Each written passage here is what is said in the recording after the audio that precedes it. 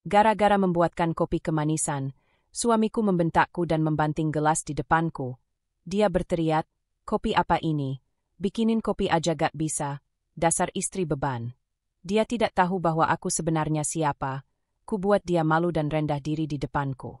Sebelum ceritanya dimulai, silahkan tulis di kolom komentar dari daerah mana saja teman-teman yang menonton cerita ini. Jangan lupa like dan subscribe agar channel ini makin berkembang dan makin memberikan cerita yang menarik lagi. Langsung saja, mari kita simak ceritanya. Pagi itu, matahari baru saja naik di balik jendela rumah sederhana mereka. Aroma kopi semerbak memenuhi dapur. Irene tersenyum kecil sambil menuangkan kopi ke dalam cangkir kesukaan suaminya. Gelas berwarna hitam polos yang sudah mulai tergores di sisi. Ia tahu Bagas suka kopi pahit. Tapi entah mengapa pagi ini tangannya sedikit gemetar. Mungkin karena semalam mereka sempat berdebat kecil tentang hal sepele. Tentang uang belanja yang katanya tak cukup. Irene menambahkan gula sedikit lebih banyak dari biasanya, berharap manis itu bisa melembutkan suasana. "Mas, kopinya sudah jadi," ucap Irene pelan, menaruh cangkir di meja makan. Bagas duduk tanpa menatapnya. Ia langsung mengambil cangkir itu, meniup permukaannya, lalu meneguk perlahan. Seketika wajahnya berubah. Keningnya berkerut, lalu tangannya meletakkan cangkir itu dengan hentakan. "Ini apaan, Rin?" Suaranya meninggi. Irene menatapnya bingung. "Kenapa, Mas? Terlalu panas ya? Manis banget. Kamu tuh nggak bisa bikin kopi yang benar sedikit? Setiap hari di rumah, kerjaannya cuma gitu. Masa bikin kopi aja salah?" Nada suaranya memecah udara pagi yang tadinya tenang. Irene membeku di tempat, napasnya tercekat. Ia ingin menjelaskan bahwa tadi tangannya gemetar, tapi kata-katanya tertahan di tenggorokan. Bagas berdiri dengan wajah merah padam. Dalam satu gerakan kasar, ia membanting cangkir itu ke lantai. Pecahan kaca berhamburan, cairan kopi tumpah, dan aroma pahit manis berubah menjadi simbol kehancuran kecil di dapur itu. "Dasar istri beban." Suaranya bergema, keras, menusuk. Irene menunduk, menatap pecahan gelas di lantai. Wajahnya pucat, jantungnya berdegup cepat. Ia ingin marah, ingin membalas, tapi suaranya menghilang. Ia hanya bisa memungut pecahan itu satu persatu dengan hati-hati. Sementara Bagas berbalik dan pergi begitu saja. Setiap pecahan terasa seperti luka kecil di tangannya. Tapi lebih dalam lagi, hatinya yang retak. Ia mencoba menenangkan diri, menarik napas panjang, menatap lantai yang kini kotor oleh kopi tumpah. Irene memejamkan mata. Ada air yang menggenang di sudutnya, tapi tak jatuh. "Baru kopi, Mas. Cuma kopi," bisiknya pelan. Suasana rumah kembali hening, tapi bukan hening yang nyaman, melainkan hening yang menusuk. Ia berjalan ke wastafel, mencuci tangannya pelan. Setiap gerakan terasa berat. Ia menatap pantulan wajahnya di kaca, mata sembab, bibir kering, tapi tetap berusaha kuat. Dalam hati, Irene berbisik, "Kalau untuk kopi saja aku dibentak, aku tak tahu sampai kapan bisa menahan diri." Pagi itu, kopi yang terlalu manis mengubah segalanya. Bukan soal rasa, tapi soal luka yang tertanam dalam diam. Irene menatap meja kosong tempat gelas itu biasa berdiri. Ia menahan air mata yang siap jatuh, lalu menghela napas panjang. Ia tahu, mulai hari ini, ada sesuatu dalam dirinya yang perlahan berubah. Bukan karena kopi, tapi karena hatinya mulai belajar bahwa kesabaran pun ada batasnya. Dengan langkah pelan, ia berjalan menuju kamar, meninggalkan aroma kopi yang kini terasa getir di udara. Irene menutup pintu tanpa suara, dan untuk pertama kalinya, ia menangis dalam diam. Sejak insiden kopi itu, suasana rumah menjadi sepi. Tidak ada suara canda, tidak ada obrolan ringan di meja makan. Hanya suara piring dan sendok yang bersentuhan tiap pagi, mengisi jeda di antara mereka yang semakin jauh. Irene masih mencoba bersikap seperti biasa. Ia tetap menyiapkan sarapan, menyetrika kemeja Bagas, bahkan menyiapkan sepatu kerjanya di dekat pintu. Tapi Bagas nyaris tak pernah menatap wajahnya lagi. "Mas, sarapannya udah siap," ucap Irene suatu pagi, berusaha lembut. Bagas hanya melirik sekilas, lalu menjawab dingin, "Taruh aja di meja." Nada suaranya datar, tanpa sedikit pun kehangatan. Irene diam. Ia tahu percuma memaksa. Tapi hatinya perih, bukan karena bentakan tempo hari, melainkan karena sikap dingin yang kini menjadi kebiasaan. Sepanjang hari, rumah terasa seperti ruang kosong. Bagas pulang larut malam, sering tanpa kabar. Jikapun pulang, ia hanya menatap layar ponsel sambil menghela napas panjang, seolah kehadiran Airin hanyalah bayangan di ruangan itu. Di dalam kamar, Airin duduk di tepi ranjang sambil menatap dinding. Ia menggenggam buku kecil bergaris, buku yang dulu ia gunakan untuk mencatat resep dan ide kecilnya. Malam itu, untuk pertama kalinya, ia menulis bukan untuk pekerjaan rumah, tapi untuk dirinya sendiri. Hari ini Mas Bagas pulang tanpa bicara. Aku ingin menyapanya, tapi matanya tidak menoleh. Aku mulai bertanya, apakah ini rumah, atau sekadar tempat dua orang asing tinggal bersama? Tangannya berhenti sejenak. Ia menarik napas panjang, mencoba menenangkan diri, lalu melanjutkan. Aku tahu aku bukan istri sempurna. Tapi kenapa rasanya aku seperti beban? Aku menahan semua agar tidak berdebat, tapi yang kurasa malah semakin jauh. Tetes air mata jatuh di atas halaman buku itu, menyerap perlahan. Ia menutup diarinya, lalu memeluknya erat, seolah benda kecil itu satu-satunya teman yang mengerti luka dalam hatinya. Beberapa hari kemudian, Airin mencoba lagi memperbaiki suasana. Ia menunggu Bagas pulang lebih awal. Kali ini, ia menyiapkan makanan favorit suaminya, sup ayam bening dengan aroma jahe hangat. Begitu Bagas masuk rumah, Airin menyambutnya dengan senyum kecil. Aku masak makanan kesukaan Mas. Bagas hanya menatap sebentar, lalu menjawab dingin. Nggak usah repot. Aku udah makan di luar. Jawaban itu menampar batinnya lebih keras daripada bentakan tempo hari. Airin terdiam, tangannya yang masih memegang sendok bergetar halus. Ia memaksa tersenyum. Oh, baik, Mas. Bagas berjalan ke kamar tanpa menoleh lagi. Hanya langkah sepatunya yang terdengar menjauh. Airin menatap meja makan yang kini terhidang rapi tapi tak tersentuh. Ia duduk perlahan, memandangi uap sup yang perlahan hilang. Ada rasa yang tak bisa dijelaskan, campuran antara kecewa, lelah, dan kehilangan harga diri. Dalam hati, suara kecil bergema. Apakah semua pengorbananku benar-benar berarti? Atau aku hanya mengisi ruang kosong yang dia sebut rumah? Malam itu, Airin menulis lagi di diarinya. Aku tidak ingin membenci, tapi aku mulai lupa bagaimana rasanya dicintai. Tinta pena menari di atas kertas, membawa semua luka yang tak bisa ia ucapkan. Ia tidak menangis kali ini, hanya diam yang panjang dan menyesakkan. Hening malam menjadi saksi betapa ia berjuang menahan diri untuk tidak menyerah. Di luar jendela, suara hujan turun perlahan, seperti ikut merasakan perih di hatinya. Airin menatap keluar, lalu berbisik lirih. Kalau cinta hanya membuatku hancur begini, mungkin aku perlu mencintai diriku sendiri dulu. Itu pertama kalinya Airin mulai sadar. Luka dalam diam jauh lebih menyakitkan daripada kemarahan yang diucapkan. Dan tanpa ia sadari, dari luka itu mulai tumbuh kekuatan kecil di dalam dirinya. Sebuah benih keberanian yang perlahan akan mengubah jalan hidupnya. Pagi itu, rumah masih sepi seperti biasa. Hanya suara langkah kecil Airin yang terdengar dari dapur. Setelah menyiapkan sarapan, ia duduk di ruang tamu dengan cangkir teh hangat di tangan, menatap layar laptop yang sudah lama ia abaikan. Debu tipis menempel di keyboard, tanda betapa lama benda itu tak tersentuh. Padahal dulu, benda kecil inilah yang menjadi bagian dari hidupnya, alat yang membawanya pada kesuksesan dan kebebasan. Airin mengusap layar pelan, lalu membuka folder lama bertuliskan, Desain Proyek 2018. Satu persatu file terbuka, memperlihatkan hasil karya yang dulu ia buat dengan penuh semangat.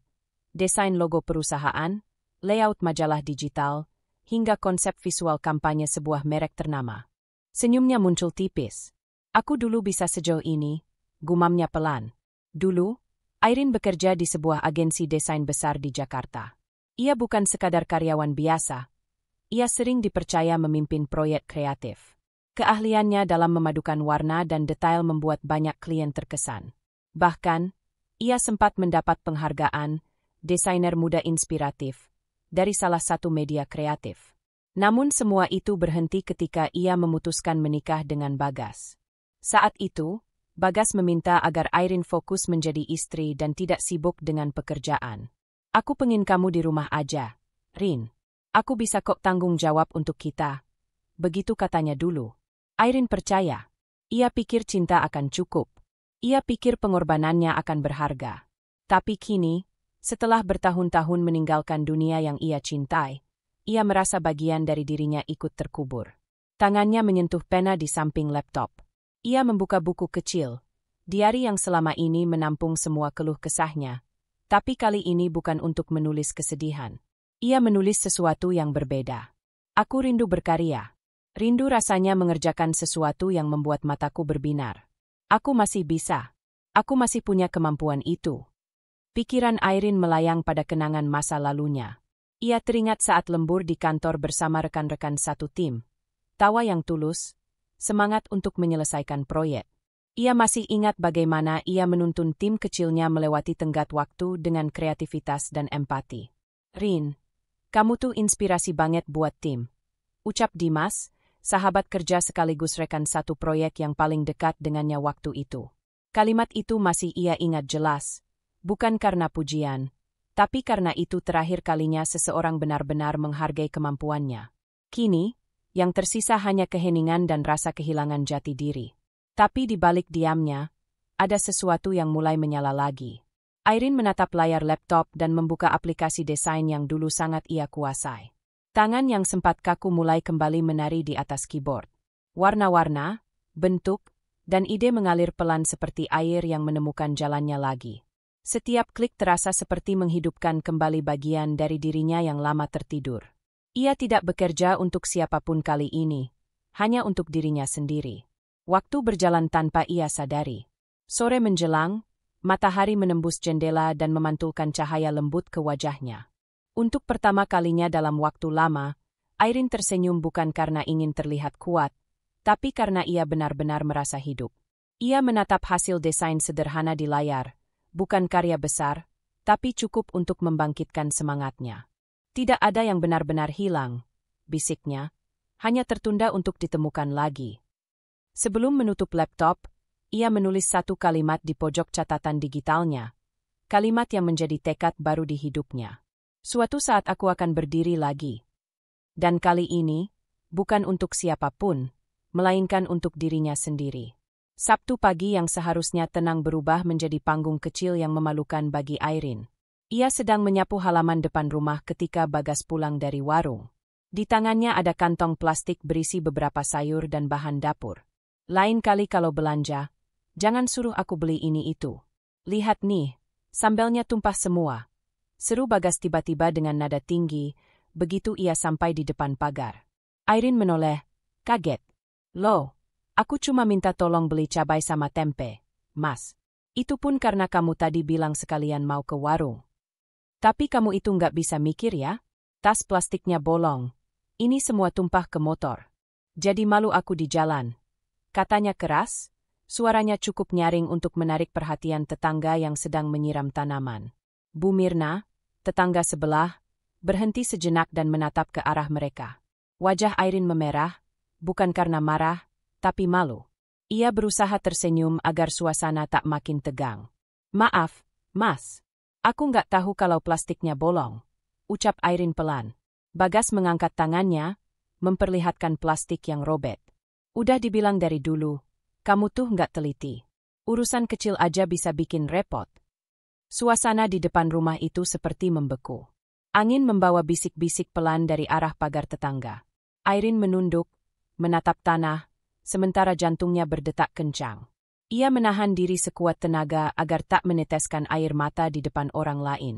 Setelah meluapkan kekesalannya, Bagas masuk ke rumah tanpa menoleh lagi. Airin masih berdiri di tempat yang sama, menatap plastik yang robek itu, lalu menarik napas panjang. Bu Mirna perlahan mendekat, membawa sapu di tangannya. Rin, kamu nggak apa-apa, nak? Airin tersenyum hambar. Nggak apa-apa, Bu. Cuma salah paham kecil. Bu Mirna menatapnya dengan mata teduh, seolah sudah mengerti segalanya tanpa perlu banyak kata. Salah paham itu wajar, tapi kalau terus-terusan kamu disalahkan, kamu harus belajar bilang cukup. Perempuan itu bukan cuma pelengkap, Rin. Kamu berhak dihargai. Kata-kata itu menancap dalam di hati Irene. Ia menunduk, mencoba menahan suara gemetar saat menjawab, "Aku cuma nggak mau ribut, Bu. Aku takut kalau aku bicara, malah makin salah." Bu Mirna tersenyum lembut. Kadang diam bukan tanda kuat, tapi tanda kamu sudah terlalu lama menelan sakit. Irene terdiam. Ia tahu Bu Mirna benar. Ia memang sudah terlalu sering diam, terlalu sering menutupi luka agar terlihat baik-baik saja. Tapi semakin ia diam, semakin Bagas merasa semua itu wajar. Setelah Bu Mirna kembali ke rumahnya, Irene duduk di kursi teras, menatap sisa sayur yang tercecer di kantong plastik. Hatinya perih, tapi untuk pertama kalinya, perasaan malu berubah menjadi sesuatu yang lain. Semacam dorongan halus yang membuat dadanya hangat. Ia mulai berpikir, kenapa aku terus membiarkan diriku diperlakukan seperti ini? Kenapa aku harus terus takut membuatnya marah? Tatapannya beralih ke tanaman kecil di pot depan rumah. Beberapa daun kering tampak patah, tapi di tengahnya ada tunas hijau muda yang baru tumbuh. Entah kenapa, pemandangan kecil itu membuat Irene tersenyum tipis. Ia sadar, meski sudah sering terinjak, sesuatu dalam dirinya belum mati. Mungkin masih kecil, tapi ia bisa merasakannya, keberanian yang perlahan tumbuh dari dalam. Irene berdiri, menatap ke arah rumahnya yang sepi. Dalam hati ia berbisik lirih, "Aku capek jadi perempuan yang selalu diam." Hari itu, di antara sisa sayur yang tumpah dan nasihat seorang tetangga, Irene menemukan sesuatu yang lebih berharga. Kesadaran bahwa dirinya pantas dihormati, dan bahwa luka pun bisa menumbuhkan kekuatan. Dan tanpa disadari, langkah kecil menuju kebangkitannya baru saja dimulai. Sore itu, hujan turun perlahan. Rintiknya menimpa jendela ruang tamu, menciptakan suara lembut yang menenangkan. Kontras dengan suasana hati Irene yang masih bergejolak setelah kejadian memalukan tempo hari. Ia duduk di kursi rotan, menatap layar laptop yang kini mulai sering ia buka kembali. Di sampingnya ada secangkir teh hangat yang sudah dingin. Ia membuka folder desain lama, sekadar untuk menghibur diri dengan karya-karya masa lalunya. Namun tiba-tiba, suara notifikasi email masuk memecah keheningan. "Dimas Re, long time no see." Irene sempat tertegun. Nama itu, Dimas, seketika membawa banyak kenangan. Ia menggerakkan mouse dengan hati-hati dan membuka pesan itu. "Hai, Rin. Aku nemu portofolio lamamu waktu kita masih di agensi. Jujur, aku masih kagum sama desain yang kamu buat proyek Aruna Travel waktu itu. Sekarang aku lagi buka proyek baru. Butuh orang yang ngerti desain brand dengan taste kayak kamu. Kalau kamu masih aktif, aku mau ajak kamu gabung, meskipun dari rumah aja. Gimana?" Irene terpaku beberapa detik. Matanya tak lepas dari layar. Dimas, rekan kerja sekaligus teman yang dulu paling memahami passionnya, kini muncul kembali dengan tawaran yang bisa mengubah segalanya. Namun, hatinya penuh keraguan. Kalau Bagas tahu, dia pasti marah, gumamnya pelan. Ia tahu bagaimana suaminya menentang keras dirinya bekerja lagi, apalagi dengan alasan, istri harus di rumah.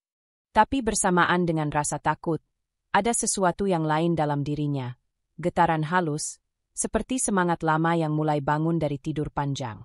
Irene menatap tangannya sendiri. Dulu tangan ini bisa menciptakan sesuatu yang membuat orang kagum. Dulu ia punya mimpi besar. Dulu ia punya jati diri. Dan sekarang, seseorang datang mengingatkannya bahwa kemampuan itu belum hilang. Ia mengetik balasan pelan-pelan. "Hai, Mas Dimas.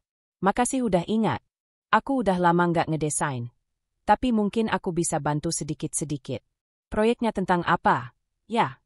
Tangannya sempat berhenti di tengah kalimat. Ada rasa takut. Tapi kali ini, ia tak menghapus pesannya. Ia menekan tombol send. Pesan terkirim. Dan entah mengapa, ada rasa lega di dadanya. Seolah satu langkah kecil telah ia ambil untuk keluar dari bayang-bayang ketakutan. Beberapa menit kemudian, balasan datang. "Proyek branding perusahaan startup, Rin. Nggak akan berat kok. Aku tahu kamu pasti bisa. Kalau kamu mau, aku kirim briefnya malam ini." Irene tersenyum kecil. Ia membaca ulang pesan itu beberapa kali, seolah ingin memastikan ini bukan mimpi. Matanya menerawang keluar jendela, menatap hujan yang mulai reda. Ia teringat semua kata-kata Bagas selama ini. Istri itu cukup di dapur. Nggak usah sok sibuk. Aku yang kerja, kamu cukup di rumah.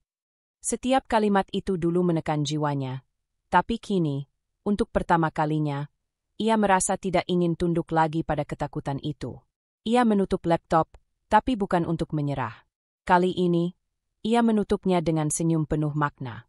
Dalam hati, Irene berbisik. Aku ingin tahu, apakah aku masih bisa bersinar seperti dulu. Dan di balik gemericik hujan yang mulai berhenti, ada sesuatu yang berbeda di dalam dirinya. Bukan sekadar harapan, tapi titik balik yang perlahan menyalakan kembali api yang pernah padam. Malam itu, sebelum tidur, Irene menatap langit-langit kamarnya sambil berucap pelan. Besok, aku akan mulai lagi, sekecil apapun langkahnya. Kalimat itu menggantung di udara, penuh tekad, seolah menjadi janji yang diam-diam ia ikrarkan pada dirinya sendiri. Pagi itu, udara di rumah terasa berbeda. Tidak karena ada kejadian besar, tapi karena sesuatu dalam diri Irene mulai berubah. Ia bangun lebih pagi dari biasanya, menyiapkan sarapan seperti biasa, roti panggang, telur, dan kopi hitam untuk Bagas. Tapi kali ini, pikirannya sibuk memikirkan hal lain. Begitu Bagas berangkat kerja, Irene segera menutup pintu, menarik napas dalam, lalu bergegas ke ruang tamu. Di sana, laptop yang sudah ia siapkan sejak semalam menunggu dengan layar menyala. Folder bertuliskan, Proyek Dimas, terbuka rapi di desktop. Hari itu adalah hari pertamanya bekerja lagi. Meski diam-diam, tangannya sempat gemetar saat mulai menggambar konsep desain pertama. Tapi perlahan, jari-jarinya kembali luwes. Warna, bentuk, dan ide mengalir alami. Seolah otaknya yang dulu sempat tumpul kini kembali diasah oleh rasa antusias yang lama hilang. Sudah lama aku nggak ngerasain semangat kayak gini, gumamnya sambil tersenyum kecil. Setiap kali melihat hasil karyanya di layar, Irene merasa lebih hidup. Waktu berjalan tanpa terasa. Matahari bergeser, jam makan siang terlewat begitu saja, tapi ia tidak peduli. Ia seperti kembali menjadi dirinya yang dulu, kreatif, fokus, penuh ide. Namun, sore menjelang, suara pintu depan terbuka tiba-tiba. "Rin," panggil Bagas dari ruang depan. Irene kaget, buru-buru menutup layar laptop dan berdiri. "Iya, Mas. Baru aja mau bikin teh." Bagas berjalan masuk dengan langkah santai, tapi matanya sempat melirik ke arah meja kerja. "Tadi kamu ngapain?" Dari luar kelihatan kayak lagi serius banget di depan laptop. Irene berusaha tetap tenang. "Cuma lihat resep masakan, Mas. Ada yang pengen aku coba buat makan malam nanti." Bagas mengangguk, tampak tidak terlalu peduli. "Oh, ya udah. Tapi jangan kebanyakan main laptop, nanti malah lupa beresin rumah." Nada suaranya terdengar biasa, tapi di telinga Irene terasa seperti tamparan halus. Ia tersenyum kecil, menahan diri untuk tidak menjawab. Begitu Bagas masuk ke kamar mandi, Irene kembali ke laptopnya. Ia menatap layar yang masih menampilkan hasil desain setengah jadi. Dan kali ini, bukan rasa takut yang muncul, tapi justru keyakinan. Ia menekan tombol save dan membisik pelan. "Kali ini aku nggak akan berhenti." Malamnya, setelah makan malam selesai, Irene mencuci piring sambil melirik jam dinding. Hampir pukul 9. Ia menunggu Bagas tertidur. Begitu lampu kamar padam, ia kembali ke ruang tamu dengan langkah hati-hati, duduk di depan laptop, dan melanjutkan pekerjaannya. Hanya lampu meja kecil yang menyala. Di luar, suara jangkrik bersahutan. Di dalam rumah yang sepi itu, Irene mengetik dan menggambar, matanya menatap layar dengan semangat yang sulit disembunyikan. Namun, waktu berjalan cepat. Tubuhnya mulai lelah. Ketika menyadari jam sudah menunjukkan pukul 2 dini hari, ia baru berhenti. Tapi meski matanya berat, hatinya ringan. Ada kepuasan yang tak bisa dijelaskan. Bukan karena uang, tapi karena ia merasa berguna lagi. Keesokan harinya, rasa lelah mulai terasa. Saat menyiapkan sarapan, ia nyaris menjatuhkan piring karena mengantuk. "Loh, kamu kenapa? Kelihatan capek banget," tanya Bagas sambil memerhatikan. Irene tersenyum cepat. "Enggak apa-apa, Mas. Tidur agak larut aja." Bagas mendengus pelan. "Makanya jangan kebanyakan main HP atau nonton sinetron." Irene hanya menunduk, tidak membalas. Dalam hatinya, ia tersenyum getir. Ia tahu Bagas takkan mengira kalau yang ia lakukan semalam adalah sesuatu yang jauh lebih berharga daripada sekadar menonton. Ia sedang menata kembali masa depannya.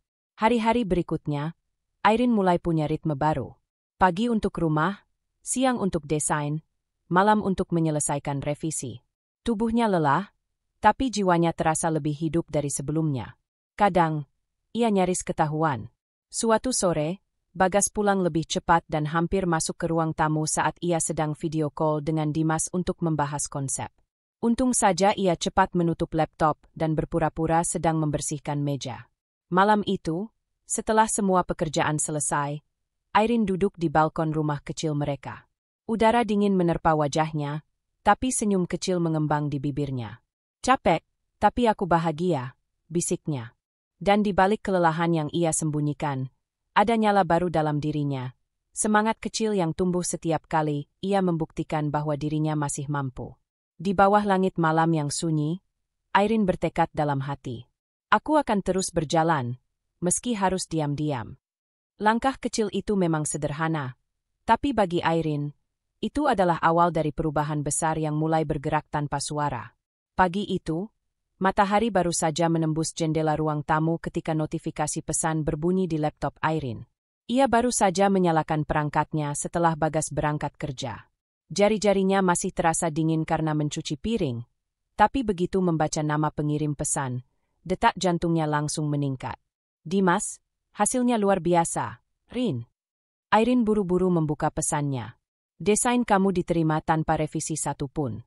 Klien bilang konsepnya matang dan penuh karakter. Mereka langsung tanda tangan kontrak pagi ini." "Gila, Rin, kamu masih sekeren dulu." Irene menatap layar itu lama. Matanya bergetar, senyumnya muncul perlahan. Seolah beban berat yang selama ini ia pikul tiba-tiba terangkat. Ia membaca ulang kalimat itu berkali-kali, memastikan bahwa pujian itu nyata, bukan sekadar kata sopan dari teman lama. Irene menutup mulutnya, menahan haru. Ia menatap hasil desain yang masih terbuka di layar, logo dengan komposisi warna lembut dan garis elegan, hasil kerja keras selama beberapa malam tanpa tidur. Kini, karya itu benar-benar dihargai lagi. "Alhamdulillah," bisiknya lirih, hampir tak terdengar. Ia bersandar di kursi, menghela napas panjang. Pikirannya berkelana, kembali pada hari-hari ketika Bagas mencemoohnya karena cuma istri rumah tangga. Ketika ia merasa tidak punya nilai lagi selain di dapur. Dan sekarang, tanpa sepengetahuan siapapun, terutama suaminya, ia membuktikan sesuatu, bahwa dirinya masih berharga. Tak lama kemudian, pesan kedua masuk. "Aku kirim honor pertama ya, Rin. Sekalian, klien minta kamu ikut di proyek berikutnya. Katanya mereka suka banget sama gayamu yang clean dan profesional." Irene menatap angka di layar, jumlah yang cukup besar, bahkan lebih dari yang Bagas dapatkan dalam seminggu. Ia tak tahu harus tertawa atau menangis. Tangannya bergetar saat mengetik balasan. "Terima kasih, Mas Dimas. Aku senang banget bisa dipercaya lagi." Namun setelah menekan send, hatinya mendadak gelisah. Pandangannya beralih ke arah jam dinding. Bagas biasa pulang sekitar pukul 5 sore, masih ada waktu beberapa jam. Tapi entah kenapa, bayangan wajah suaminya membuat dadanya menegang. "Aku nggak boleh ketahuan," gumamnya. Ia segera menutup semua file, memindahkan hasil pekerjaan ke folder tersembunyi, bahkan mengganti nama filenya dengan kode aneh agar tak mudah dicurigai. Ia tahu Bagas kadang suka iseng membuka laptop untuk menonton film. Setelah semua aman, Irene berdiri, berjalan ke dapur, dan mulai menyiapkan bahan makan malam. Tapi meski sibuk dengan pekerjaan rumah, pikirannya terus kembali ke satu hal, rasa bangga yang tumbuh diam-diam dalam hatinya. Sore menjelang, Bagas pulang lebih cepat dari biasanya. Wajahnya tampak lelah, dan nada bicaranya agak dingin seperti biasa. "Masak apa?" tanyanya singkat. "Sayur asem sama ikan goreng, Mas," jawab Irene tenang. Bagas hanya mengangguk, lalu menyalakan televisi tanpa bicara banyak. Irene memperhatikan dari dapur, mencoba menata wajahnya agar tak terlihat terlalu senang.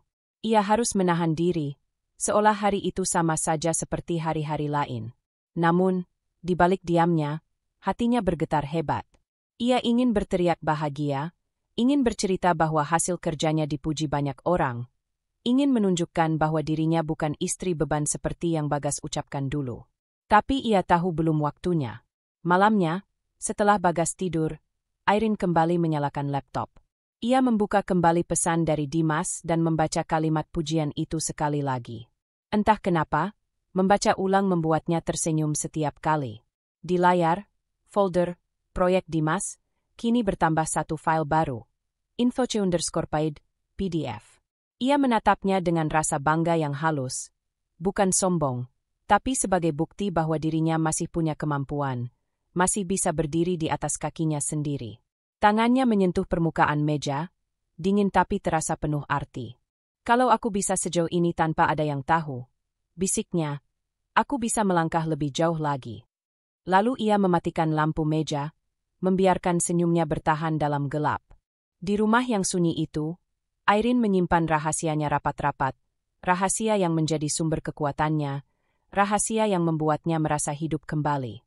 Malam itu, Airin tidur dengan hati yang tenang, membawa satu rasa yang belum pernah ia rasakan lagi selama bertahun-tahun. Bangga pada dirinya sendiri. Sabtu sore, suasana di rumah Bu Mirna ramai. Warga komplek berkumpul untuk acara arisan bulanan. Gelak tawa dan aroma kue basah memenuhi udara. Airin datang dengan senyum sopan, membawa sepiring risoles buatan sendiri. Ia duduk di kursi paling pinggir, mencoba ikut bercengkerama tanpa banyak bicara. Tak lama kemudian, Bagas datang menyusul. Biasanya ia tak pernah mau ikut acara seperti ini, tapi kali ini ia datang karena diajak oleh Rani, tetangga baru yang dikenal cerewet tapi akrab dengan semua orang. Rani duduk tak jauh dari Airin, mengenakan baju mencolok dengan suara yang selalu lebih keras dari siapapun. "Wah, Mas Bagas ikut juga?" sapa salah satu tetangga. Rani langsung menimpali dengan tawa. "Iya dong, kan kasihan kalau ditinggal istrinya di rumah. Tapi, katanya Airin ini jago masak ya? Tapi aku sering lihat Mas Bagas beli makan di luar, loh." Beberapa orang tertawa kecil, menganggapnya bercanda.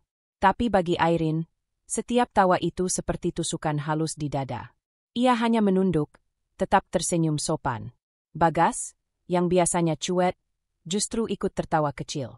"Hahaha, iya, Rin itu masaknya sering keasinan. Pernah juga kopinya kemanisan. Pokoknya kalau di dapur, bisa-bisa mootku rusak." Suara tawa kembali terdengar. Beberapa ibu mencoba menenangkan suasana dengan candaan ringan, tapi nada Rani makin tajam. "Aduh, kasihan banget, Mas. Dapat istri cantik sih iya, tapi kalau nggak bisa ngurus suami, ya percuma juga," katanya sambil melirik Airin. Airin mengangkat wajahnya perlahan.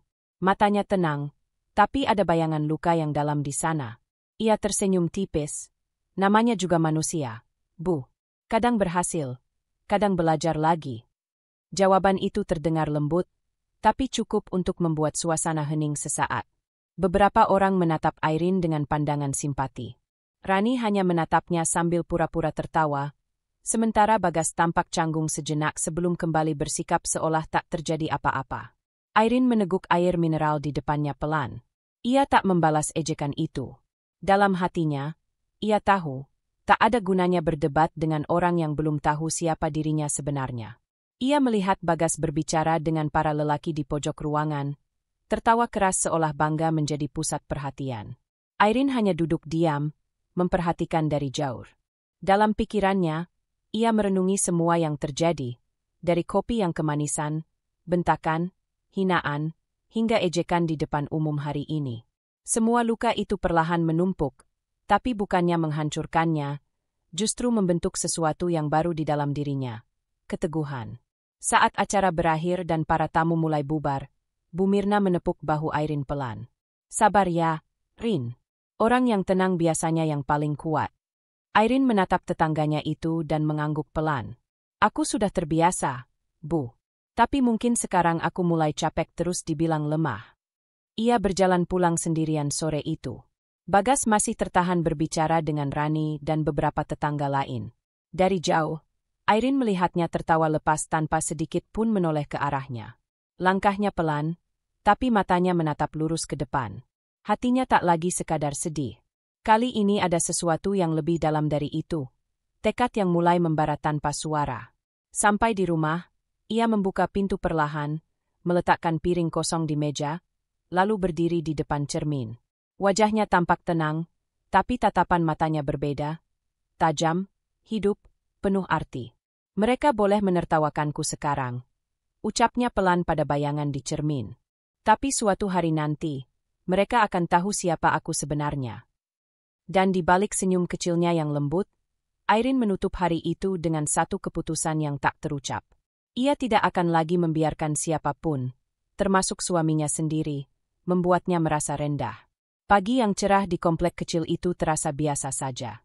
Burung berkicau, suara motor berseliweran, dan ibu-ibu sibuk di depan rumah masing-masing. Rani duduk di teras sambil menyesap kopi sambil menggulir layar ponselnya. Seperti kebiasaannya, ia membaca berita gosip dan artikel ringan untuk mengisi waktu. Namun pagi itu, sesuatu membuat jarinya berhenti.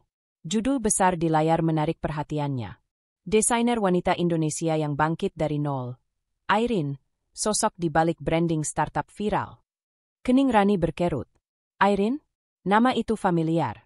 Ia membaca cepat paragraf pertama, profil singkat, prestasi, dan foto seorang wanita sedang mempresentasikan desain di layar laptop. Ia menatap layar lebih lama. Matanya membesar. Meski foto itu tampak formal dan sedikit berbeda gaya, Rani tidak mungkin salah mengenali wajah itu. Itu Irene, tetangganya, istri Bagas, yang selama ini dianggapnya cuma ibu rumah tangga biasa. Ya ampun, gumamnya pelan. Jadi ini toh yang disebut istri beban, itu. Ia menatap artikel itu dengan rasa campur aduk, antara kaget, iri, dan geli. Irene ternyata bukan sekadar ibu rumah tangga biasa. Wanita itu diam-diam terkenal, bahkan disebut sebagai desainer kreatif yang sukses menangani proyek besar startup nasional. Rani menggulir ke bawah, membaca komentar netizen yang memuji karya dan ketekunan Irene. Keren banget. Jarang ada desainer perempuan sekuat ini. Salut, bangkit setelah lama berhenti kerja. Rani menelan ludah. Ia menatap rumah Irene yang bersebelahan dengannya, tampak sepi seperti biasa. Tak ada tanda-tanda bahwa wanita di balik pintu itu baru saja menjadi sorotan dunia desain. Pantesan dia kelihatan tenang-tenang aja, bisiknya. Ternyata punya rahasia sebesar ini. Seketika, pikirannya berputar cepat. Ia bisa saja membocorkan berita itu ke tetangga lain. Bayangkan betapa hebohnya nanti. Betapa malunya Bagas jika tahu istrinya jauh lebih sukses darinya. Tapi di sisi lain, naluri oportunisnya muncul.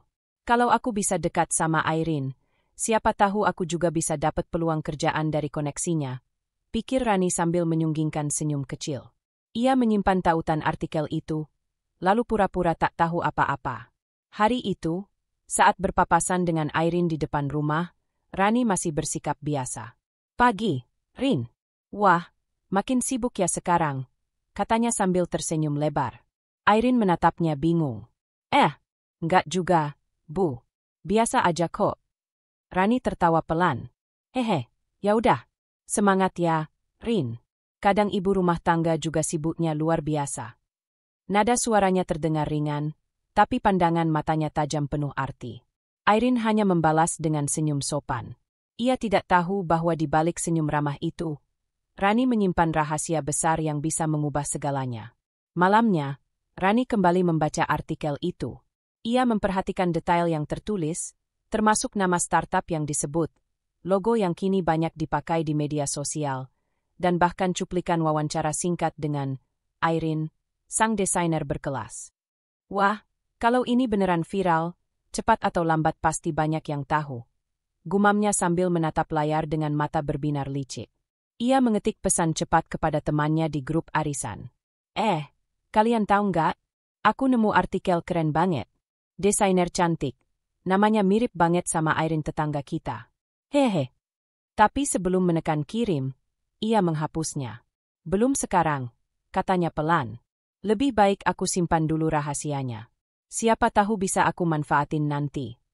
Ia mematikan layar ponsel, lalu menatap rumah Irene yang lampunya masih menyala dari jendela lantai 2. Dalam cahaya temaram itu, Rani tersenyum kecil, samar tapi penuh perhitungan. Kau pintar, Rin, bisiknya.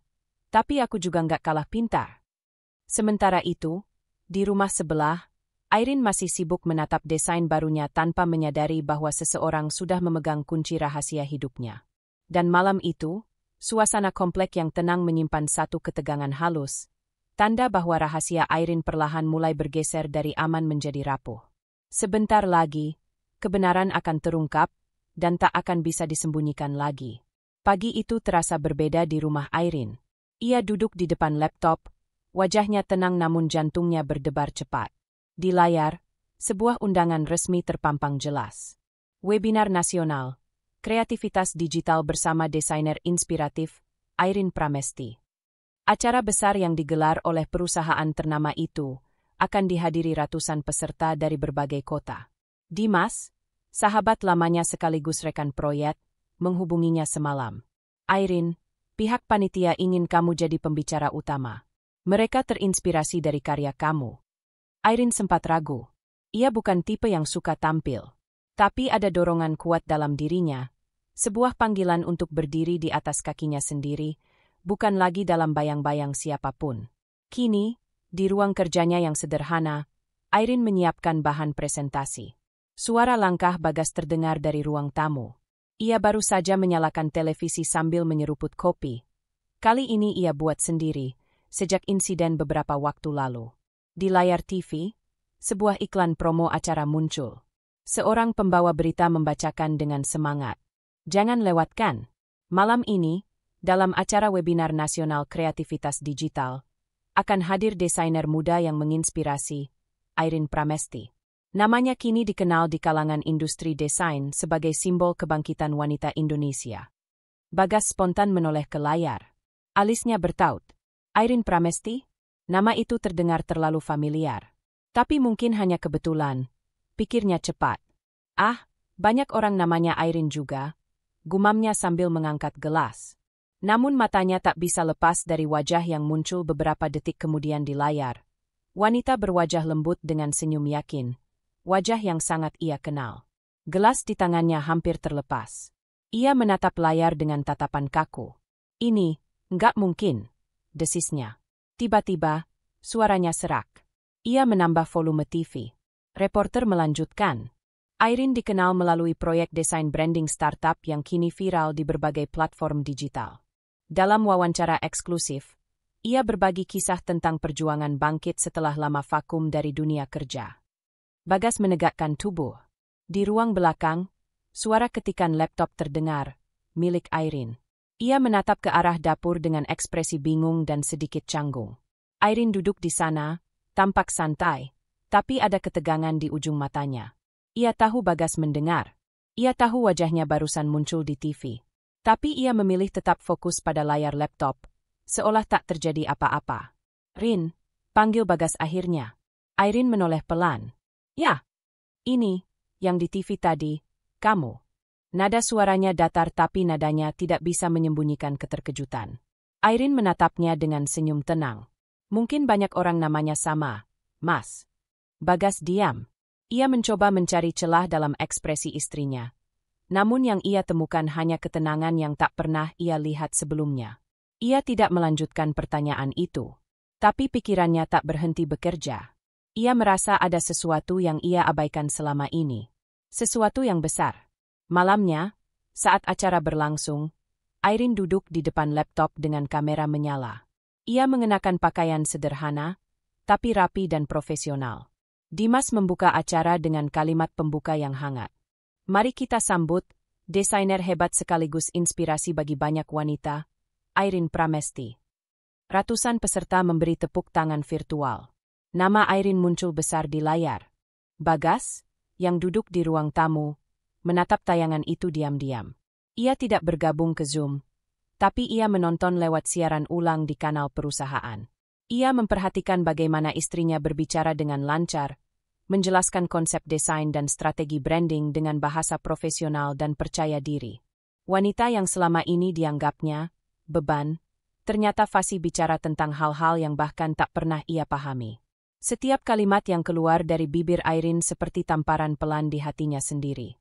Ia baru sadar betapa selama ini ia menilai istrinya terlalu rendah. Irene menutup acara dengan kalimat sederhana tapi kuat. Kadang, kita perlu jatuh untuk menemukan arah bangkit. Bagi saya, kreativitas adalah cara berdamai dengan diri sendiri. Tepuk tangan menggema di layar. Bagas bersandar di sofa, matanya masih terpaku pada wajah wanita yang kini disanjung banyak orang. Irene menutup laptopnya perlahan. Di dalam dirinya, ada campuran lega dan takut. Ia tahu, rahasianya kini bukan lagi rahasia penuh. Tapi entah kenapa, ia tidak takut seperti dulu. Bagas bangkit berdiri, berjalan pelan menuju kamar. Di wajahnya, masih tersisa rasa tak percaya yang dalam. Malam itu, rumah mereka terasa sunyi, tapi bukan karena dingin. Sunyi itu kini menyimpan sesuatu yang baru. Rasa kagum yang lahir dari keterkejutan, dan penyesalan yang mulai tumbuh perlahan di hati Bagas. Pagi itu, Bagas datang ke kantornya lebih awal dari biasanya.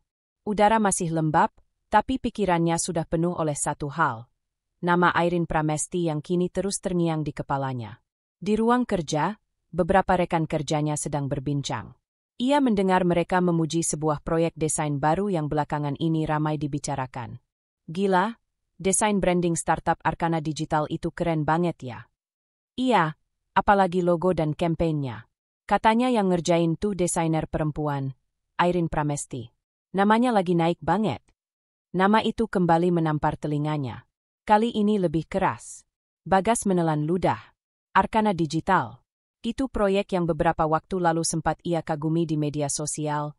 Desainnya modern, konsepnya kuat, dan ia bahkan pernah bilang pada teman-temannya bahwa itu contoh karya yang mahal dan profesional. Sekarang, mengetahui bahwa nama di balik karya itu adalah istrinya sendiri membuat dadanya terasa sesat, antara kagum, malu, dan tak percaya. Ia membuka laptopnya, mengetik cepat nama itu di kolom pencarian. Tersaji di layar, artikel, video wawancara, dan portofolio desain yang semua menampilkan wajah Irene. Wajah yang selama ini setiap hari ia lihat di rumah, namun kini tampak berbeda. Percaya diri, elegan, dan dihormati. Bagas bersandar di kursinya. Untuk pertama kalinya dalam waktu lama, ia merasa kecil. Semua ejekan yang pernah keluar dari mulutnya terputar kembali di kepalanya. Dasar istri beban. Bikinin kopi aja nggak bisa. Kata-kata itu kini terasa seperti racun yang ia telan sendiri. Tangannya mengepal. Astaga, apa yang udah aku lakukan selama ini? Gumamnya lirih. Sore itu, Bagas pulang lebih awal. Ia mendapati Irene sedang duduk di ruang tamu, mengetik di laptop dengan tenang. Pakaian rumahnya sederhana, tapi ada aura wibawa yang berbeda dari biasanya. Bagas berhenti di ambang pintu. Ia memperhatikannya lama. Wanita itu, istrinya, ternyata jauh lebih kuat dari yang pernah ia sangka. Rin, suaranya pelan. Irene menoleh, tersenyum lembut. Mas udah pulang? Iya. Hanya itu yang keluar. Bagas ingin bicara banyak, tapi lidahnya terasa berat. Ia ingin minta maaf, tapi gengsinya menahannya. Ia ingin memuji, tapi egonya masih berteriak. Jadi ia hanya berdiri diam di sana, memandangi Irene yang kembali fokus pada pekerjaannya. Beberapa menit berlalu dalam senyap. Bagas akhirnya duduk di kursi seberang. Aku, tadi di kantor lihat berita tentang kamu, katanya pelan. Irene mengangkat wajahnya sedikit. Oh, iya. Nada suaranya netral, tanpa nada sombong, tanpa nada menyindir. Iya. Ternyata proyek yang aku kagumi selama ini, itu kamu yang ngerjain. Suara Bagas terdengar lirih, tapi jujur. Irene menutup laptopnya perlahan. Ia menatap suaminya, bukan dengan tatapan membalas dendam, tapi dengan ketenangan yang membuat Bagas justru semakin malu. Aku nggak bermaksud nyembunyiin apa-apa, Mas, ucapnya lembut. Aku cuma pengin kerja dengan tenang. Aku pengin bisa bangkit tanpa harus nyalahin siapapun. Bagas menunduk. Kata-kata itu menohok dalam diam. Selama ini ia berpikir dirinya pusat dari segala hal, tapi kini ia sadar, dunia Irene jauh lebih luas dari yang ia kira. Rin, katanya pelan, hampir berbisik, aku malu. Irene menggeleng kecil. Nggak perlu malu, Mas. Semua orang bisa salah. Yang penting kita mau belajar. Ia berkata itu tanpa nada merendahkan. Justru ada kelembutan yang menenangkan, seolah luka masa lalu tak lagi menyisakan dendam. Bagas menarik napas panjang. Ada rasa perih yang sulit dijelaskan. Rasa bersalah yang selama ini tak pernah ia rasakan. Ia baru sadar betapa bodohnya ia selama ini merendahkan seseorang yang seharusnya ia banggakan. Airin berdiri, membawa laptopnya ke kamar kerja. "Aku lanjut kerja dulu ya, Mas." Bagas hanya mengangguk, memandangi punggung istrinya yang berjalan dengan langkah tenang. Langkah wanita yang pernah ia remehkan, tapi kini justru membuatnya merasa kecil di hadapan. Di ruang tamu yang kini sunyi, Bagas bersandar di kursi. Ia menatap dinding kosong, lalu tersenyum getir. "Selama ini aku pikir aku yang paling hebat," gumamnya. "Ternyata yang paling kuat justru ada di rumahku sendiri." Sore itu, untuk pertama kalinya, ia merasa bangga, tapi juga terlambat. Kebanggaan yang datang setelah harga dirinya runtuh, dan penyesalan yang menumbuhkan rasa hormat yang tak akan pernah sama lagi. Hari itu, kantor tempat Bagas bekerja tampak lebih ramai dari biasanya. Spanduk besar di aula utama bertuliskan, "Seminar Kreativitas dan Inovasi Digital, Kolaborasi untuk Masa Depan." Acara ini diselenggarakan oleh perusahaan tempatnya bekerja bersama beberapa mitra besar. Bagas, sebagai karyawan bagian pemasaran, ditugaskan membantu di bagian penerima tamu dan dokumentasi internal. Ia tidak terlalu bersemangat, pikirannya masih sering melayang ke rumah, ke wajah Airin, dan segala hal yang baru ia sadari tentang istrinya. Namun ketika melihat daftar pembicara di rundown acara, matanya sempat berhenti di satu nama. Airin Pramesti, desainer founder studio kreatif Arka. Ia terpaku beberapa detik. Nama itu muncul lagi. Ia membaca ulang baris itu berkali-kali. "Jangan-jangan," gumamnya. Tapi kemudian ia menepis pikirannya sendiri. Mungkin orang lain. Masa iya, Airin diundang ke acara perusahaan ini? Aula sudah mulai terisi. Musik latar lembut mengalun. Para peserta duduk rapi. Tak lama kemudian, pembawa acara naik ke panggung. "Baik, Bapak dan Ibu sekalian, mari kita sambut narasumber pertama kita, seorang desainer kreatif yang karyanya telah banyak membantu perusahaan-perusahaan besar dalam membangun identitas digital mereka. Inilah Ibu Airin Pramesti." Tepuk tangan riuh terdengar. Bagas yang sedang berdiri di sisi ruangan spontan menoleh ke panggung. Dari balik layar, muncul sosok wanita berkerudung krem dengan jas pastel lembut. Langkahnya mantap dan senyumnya menenangkan. Bagas langsung membeku. Itu benar-benar Airin, istrinya sendiri.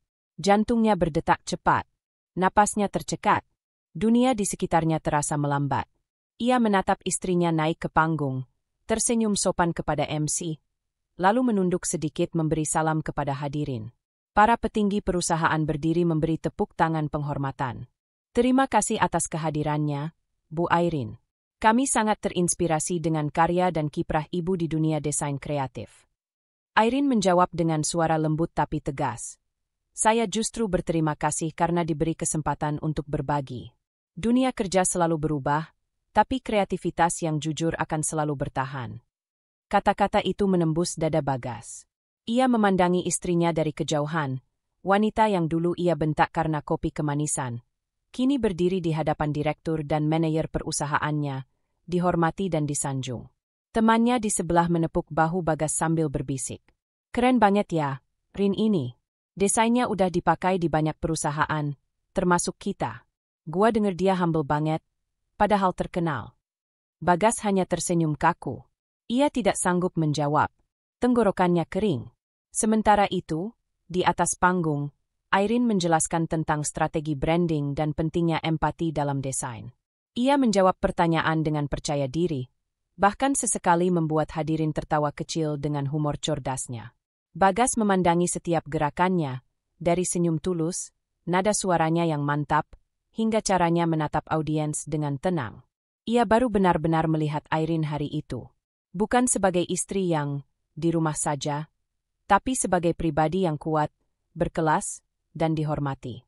Ketika sesi tanya-jawab berakhir, direktur utama naik ke panggung.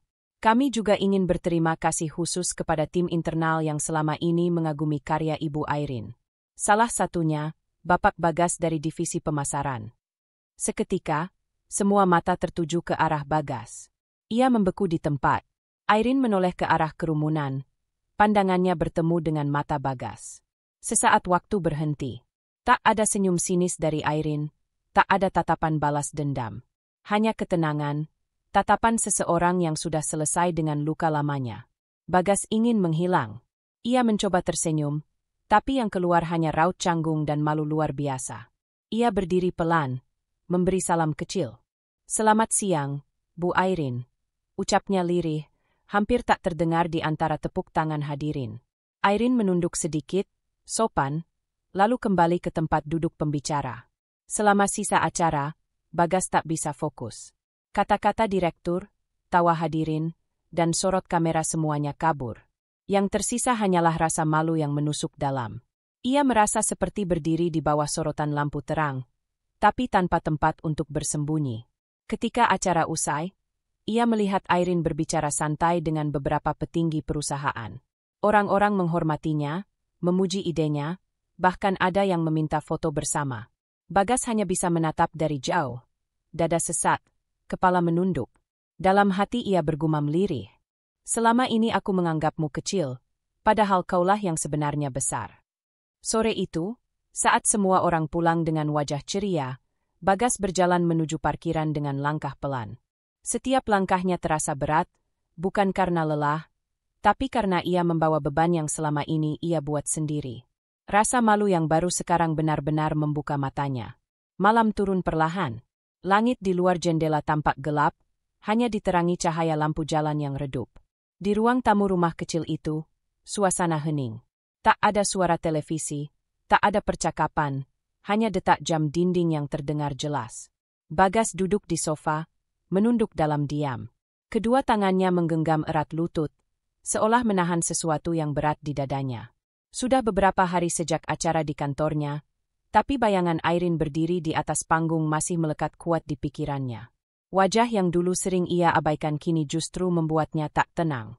Ia teringat bagaimana semua orang menatap Airin dengan hormat, bagaimana suaranya terdengar yakin, dan bagaimana ia menatap dirinya di aula itu. Bukan dengan dendam, tapi dengan ketenangan yang justru membuat rasa malu semakin dalam. Airin keluar dari kamar kerja dengan membawa secangkir teh. Ia duduk di seberang, diam-diam memperhatikan suaminya. "Mas belum tidur?" tanyanya lembut. Bagas mengangkat wajah pelan. Mata mereka bertemu. Ada jeda panjang di antara napas mereka, seolah waktu ikut menahan diri. "Aku pengin ngomong," katanya akhirnya. Airin mengangguk. "Silakan." Bagas menarik napas dalam. Suaranya bergetar saat ia mulai bicara. "Rin, aku sadar, aku udah salah besar." Ia berhenti sejenak, menunduk lagi. "Aku malu, Rin. Aku malu sama diriku sendiri." Airin tidak menjawab. Ia hanya menatapnya dengan wajah tenang, tidak dingin, tidak lembut berlebihan. Sekadar memberi ruang bagi Bagas untuk bicara jujur. Bagas melanjutkan, "Selama ini aku nganggep kamu cuma istri rumah tangga biasa. Aku nggak pernah benar-benar lihat kamu.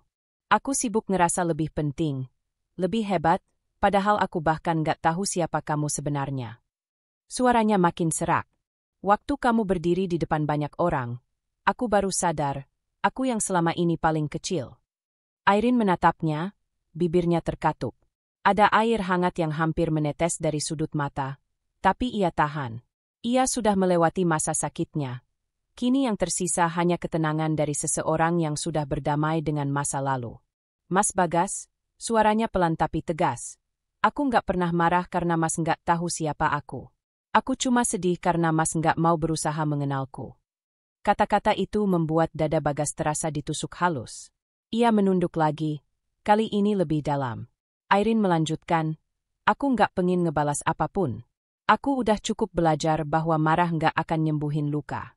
Aku cuma pengin kita bisa jadi manusia yang lebih baik, bukan saling menyakiti." Bagas menatapnya lagi, matanya mulai berkaca-kaca. "Kamu masih bisa ngomong sebijak itu, setelah aku nyakitin kamu segitu dalamnya." Airin tersenyum kecil. "Memaafkan itu bukan karena lupa, Mas. Tapi karena aku nggak mau terus hidup dalam luka. Hidup terlalu singkat buat diisi dendam." Kata-kata itu menampar Bagas lebih keras dari bentakan manapun. Ia menunduk, bahunya bergetar pelan. Untuk pertama kalinya, Pria itu menangis, bukan karena marah, tapi karena benar-benar menyesal. Irene tidak mendekat, tidak memeluk. Ia hanya diam, membiarkan Bagas menumpahkan penyesalannya dengan tenang. Beberapa menit berlalu. Bagas mengusap matanya, menarik napas berat. Mulai sekarang, aku pengin berubah, Rin. Aku pengin belajar lagi cara menghargai, bukan cuma ngomong tapi benar-benar ngelakuin. Irene mengangguk perlahan. Itu langkah awal yang baik, Mas. Keduanya terdiam. Tapi kali ini, keheningan di antara mereka bukan lagi tanda jarak, melainkan tanda awal penyembuhan. Malam itu, Bagas duduk lebih tegak. Ia menatap istrinya bukan lagi dengan rasa bersalah semata, tapi dengan hormat. Dalam hati kecilnya, ia berjanji. Aku akan belajar mencintaimu dengan cara yang seharusnya, bukan dengan ego, tapi dengan hormat. Dan di hadapan Irene yang tenang itu, harga diri Bagas benar-benar jatuh. Tapi dari kejatuhan itulah, lahir benih perubahan yang pertama. Pagi itu, sinar matahari menembus tirai tipis, menyorot meja makan yang sederhana. 2 cangkir teh tergeletak di atasnya, salah satunya masih mengepulkan asap hangat. Irene duduk di ujung meja, mengenakan blus krem dan rambut yang diikat rapi. Ia tampak tenang seperti biasa. Tapi di balik ketenangan itu, masih tersisa sisa-sisa luka yang belum benar-benar kering. Bagas melangkah pelan mendekat. Suaranya nyaris berbisik. Boleh aku duduk, Rin? Irene menoleh, lalu mengangguk singkat. Silakan. Beberapa detik terasa panjang. Hanya bunyi sendok kecil yang beradu dengan gelas. Bagas menatap tangannya sendiri, berusaha mencari kata yang tepat. Lalu akhirnya ia mulai bicara, perlahan tapi pasti. Selama ini aku banyak berpikir, katanya pelan. Tentang kamu, tentang pernikahan kita, tentang semua hal yang udah aku rusak tanpa sadar. Irene tidak menyela. Ia hanya menatap, menunggu sampai Bagas selesai. Aku dulu ngerasa jadi suami artinya berkuasa. Aku pikir, kalau aku kerja dan kamu di rumah, aku lebih hebat. Aku salah besar. Ia menarik napas, menunduk. Aku lupa kalau jadi suami itu bukan soal memimpin, tapi soal menghargai. Dan aku nggak pernah ngelakuin itu. Suara Bagas pecah di akhir kalimatnya. Ia tidak menangis keras, tapi wajahnya menunduk, matanya basah. Aku udah nyakitin kamu dengan kata-kata, dengan sikap, dengan ego. Dan aku nggak bisa mundurin waktu buat perbaikin semuanya. Tapi, Rin, aku pengin mulai dari sekarang, kalau kamu masih mau kasih kesempatan. Irene menatap suaminya cukup lama sebelum menjawab. Nada suaranya lembut, tapi jujur. Mas Bagas, maaf itu bukan soal waktu. Aku nggak nyimpan dendam, tapi aku juga nggak bisa pura-pura lupa begitu aja. Bagas mengangguk pelan. Aku ngerti. Irene melanjutkan. Selama ini aku masih cinta, Mas. Tapi aku sadar, cinta tanpa hormat nggak akan bertahan. Aku bisa nerima kekurangan, tapi bukan penghinaan. Kalimat itu menembus ruang di antara mereka. Tak ada nada marah, tapi maknanya kuat, cukup untuk membuat Bagas benar-benar terdiam. Ia mengusap wajahnya.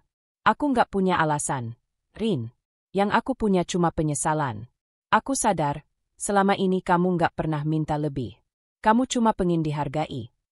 Irene menatap cangkir tehnya, menghela napas pelan. Aku dulu pikir sabar itu cukup buat menyelamatkan pernikahan.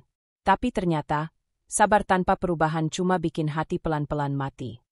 Bagas menatapnya. Aku mau berubah. Bukan karena takut kehilangan kamu, tapi karena akhirnya aku ngerti arti, memiliki, yang sebenarnya, bukan menguasai, tapi menjaga. Irene menatapnya dalam diam. Ada sesuatu di matanya yang mulai melembut. Mungkin bukan karena percaya sepenuhnya, tapi karena bisa merasakan ketulusan di balik kata-kata itu. Perubahan butuh waktu, Mas, katanya akhirnya. Aku nggak mau janji kosong lagi, jawab Bagas cepat. Aku cuma mau buktiin lewat tindakan.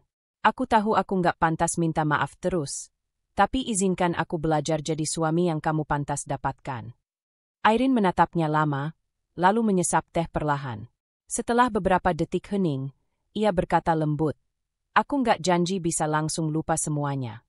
Tapi, kalau kamu sungguh mau berubah, aku akan buka sedikit pintu itu. Bagas menatapnya dengan mata yang mulai basah lagi. Terima kasih. Rin. Airin tersenyum tipis. Belum sepenuhnya maaf, Mas. Tapi mungkin, awal dari menuju ke sana. Bagas menunduk dalam, rasa syukur dan haru bercampur di dadanya. Ia tidak tahu apakah cinta mereka bisa sepenuhnya kembali, tapi ia tahu satu hal. Hari itu, Airin baru saja membuka celah kecil menuju rumah yang dulu pernah dingin, dan untuk pertama kalinya, sinar hangat mulai masuk lagi. Dan di sela diam yang lembut itu, Airin berbisik dalam hati. Mungkin, kali ini dia benar-benar belajar. Beberapa bulan berlalu sejak hari itu. Rumah yang dulu sunyi dan penuh tegangan kini terasa berbeda. Tidak sepenuhnya sempurna, tapi hangat dalam kesederhanaannya. Airin duduk di teras, menatap taman kecil yang baru saja ia tanami bunga melati. Bau harumnya lembut, seolah melambangkan ketenangan baru dalam hidupnya. Bagas keluar dari rumah, membawa 2 cangkir kopi. Kali ini, ia sendiri yang membuatnya. Takut kemanisan lagi, jadi aku ukur pakai sendok, katanya sambil tersenyum kecil. Airin tersenyum tipis, menerima cangkir itu. Belajar dari pengalaman, ya. Belajar dari kesalahan, jawab Bagas pelan, tapi tulus. Mereka duduk berdampingan tanpa banyak bicara. Tak perlu kata-kata besar, keheningan di antara mereka kini bukan lagi jurang, tapi jembatan. Airin menatap ke arah langit, merasakan damai yang tak pernah ia bayangkan bisa kembali datang. Dalam hatinya, ia tahu perjalanan ini bukan tentang siapa yang salah atau menang, tapi tentang bagaimana dua hati belajar saling menghargai setelah sama-sama kehilangan arah. Airin bukan lagi wanita yang menahan air mata setiap malam. Ia kini berdiri dengan kepala tegak, mengenali dirinya bukan dari seberapa besar orang lain menghargai, tapi dari seberapa kuat ia bertahan tanpa kehilangan kelembutan hatinya. Bagas pun berubah. Ia kini lebih sering membantu, lebih banyak mendengarkan, dan lebih jarang bicara dengan nada tinggi. Tidak karena takut kehilangan, tapi karena akhirnya ia paham. Cinta hanya tumbuh dalam rasa hormat. Pagi-pagi Airin masih menulis diari, tapi isinya tak lagi tentang luka. Ia menulis tentang rasa syukur, tentang proses, tentang keberanian memaafkan, dan tentang dirinya sendiri yang akhirnya berani hidup tanpa rasa takut. Suatu sore, Bu Mirna datang membawa kue. Airin, kamu sekarang beda sekali. Lebih tenang, lebih kuat, katanya sambil tersenyum. Airin menjawab lembut, mungkin karena aku udah belajar melepaskan hal-hal yang gak bisa aku kendalikan. Bagas yang mendengar dari dapur hanya tersenyum kecil. Ia tahu, kata-kata itu bukan sindiran, tapi refleksi. Dan ia bersyukur masih punya kesempatan untuk memperbaiki segalanya. Hari berganti, tapi ketenangan itu tetap ada. Airin menjalani hari dengan damai, mengajar kelas desain daring, membantu orang-orang yang baru mulai seperti dulu ia mulai dari nol. Setiap kali ia melihat cermin, ia tak lagi melihat istri yang dulu dibentak karena kopi terlalu manis. Ia melihat wanita yang telah melalui badai dan tetap berdiri. Lebih kuat, lebih anggun, lebih percaya diri. Ia tahu, tidak semua kisah berakhir dengan pelukan romantis. Kadang, akhir terbaik adalah ketika dua orang akhirnya menemukan kedewasaan, bahkan jika luka pernah membekas di antara mereka. Dan untuk Airin, kedamaian itu sudah lebih dari cukup. Dan begitulah kisah Airin, wanita yang pernah diremehkan karena secangkir kopi, namun akhirnya berdiri sebagai simbol kekuatan dan harga diri. Kisahnya mengingatkan kita bahwa kadang, luka bukan akhir dari perjalanan, tapi awal dari kebangkitan. Jangan pernah remehkan seseorang yang terlihat sederhana. Kadang, kesederhanaan menyimpan kekuatan luar biasa. Terima kasih sudah menonton hingga akhir. Kalau kamu suka kisah ini, klik subscribe, dan bagikan cerita ini agar semakin banyak orang yang terinspirasi dari perjuangan Airin. Dukung terus agar lebih banyak kisah penuh makna dan emosi hadir di berandamu.